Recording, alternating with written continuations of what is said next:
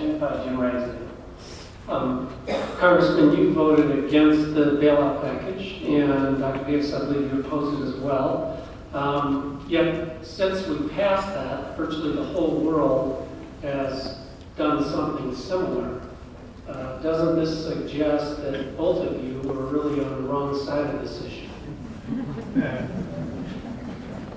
No, it doesn't. And what I would say on this, Jim, is that I was there, and I'll be going back on Wednesday to Washington to do the thing that should have been being done for the 6 years prior to us getting in Congress, making sure that there was a referee on the field, making sure, as I said, in the Commodities Future Trading Corporation, that these things are transparent. We've never asked the government to be a player in the markets. We've asked them to be a referee in the market. And this bill, by the underlying premise of bringing the bad debt off the books to make sure the credit markets are able to function again, the premise behind it is very solid, I think. The economy behind it, the economics behind it is probably fairly solid. It didn't address, though, the underlying problem of the housing crisis. It didn't the underlying problem of how many loans are still out there, and it also didn't go back to addressing any security or any way to make sure the taxpayer is not stuck with a bailout. I found it so interesting when people said, well, Main Street just doesn't understand the connection between Wall Street. Well, the one thing Main Street understands is the only time Wall Street knows they're there is when things went bad. In the good times, they weren't seeing that there was a connection in making sure that wages rise.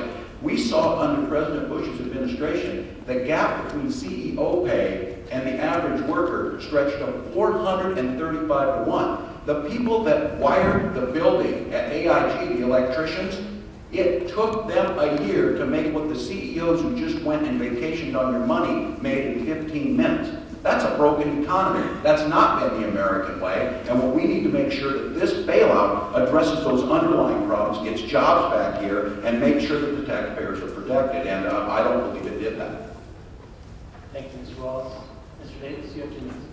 Well, I do agree that when a company goes to the federal government and gets relief, or it has a limited liability corporation, or even a not-for-profit that we saw in the Twin Cities, healthcare organization where a not-for-profit where the CEO was making $400 million a year and he drove it into a bankruptcy. There is a problem. You don't need to be a Republican or a Democrat to know that. And if they're protected with laws, these CEOs are protected by laws that limited liability corporations. There's something that should be done about that. I agree about that. But what I'm interested in learning about is that Congressman Walz actually did vote for a bailout of Fannie Mae and Freddie Mac in July. This is something that's not in the news as much, and it did allow an increase of the federal debt by around $800 billion. We haven't heard an answer to that. I'd like to see how that can be reconciled. And really, there's a lot of blame to go around for a particular bailout. One Democrat, Arthur Davis, said that we were wrong about Fannie Mae and Freddie Mac. It's 1 out of 235. That it's this culture of lending without checking the income, the assets. When I grew up, my parents had grew up in the Depression. They said, well, you're going to need a 20% down payment to get into a home. Maybe that's very difficult, but 0% down, with no assets, and they're even counting, for example, unemployment benefits towards income. That is a culture of almost giving away money and backing it by the federal government. And that stemmed largely from a philosophy that started with Fannie Mae and Freddie Mac. And we have to zero in on that that was a philosophy that the Republicans and the Democrats are to blame for, but it's not something that the middle class here in Minnesota, people that have conservative fiscal practices, should be paying for. So I think we need to fix that first before we plow ahead with adding $700 billion to our national debt. People on Main Street and the middle class are paying for that more than they are on Wall Street. Thank you, Mr. Davis. Mr. Walz, you have a 1 minute rebuttal.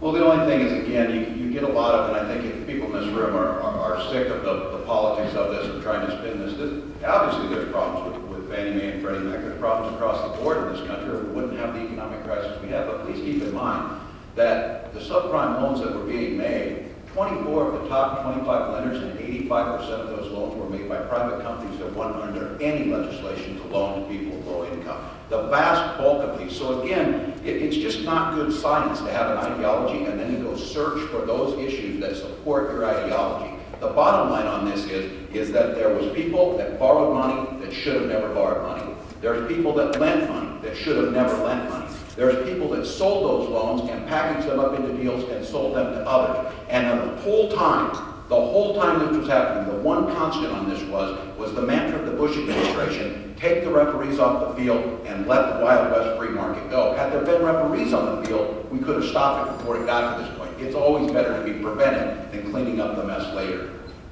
Thank you, Mr. Walz. Mr. Davis, you have 1 minute to vote.